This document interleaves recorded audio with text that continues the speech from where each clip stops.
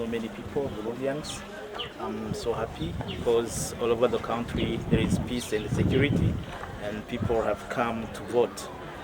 And as you know, the institution of president is very important in the country because if you don't have a president in the country, you see there is a chaos. So today it's a great day for Burundians because we are electing our president.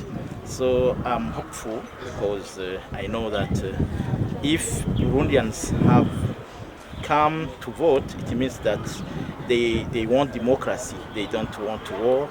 They don't want strike.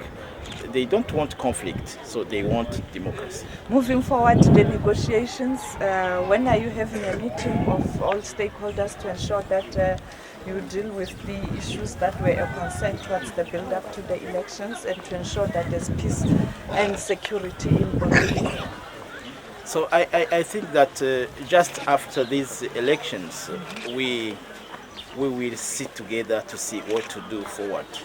Because, you know, we have started this dialogue with all politicians, and in Cndd-Fdd, we agree with what the heads of states in this region have decided. So it means that now we are stable, we know we sit together and see what to do together.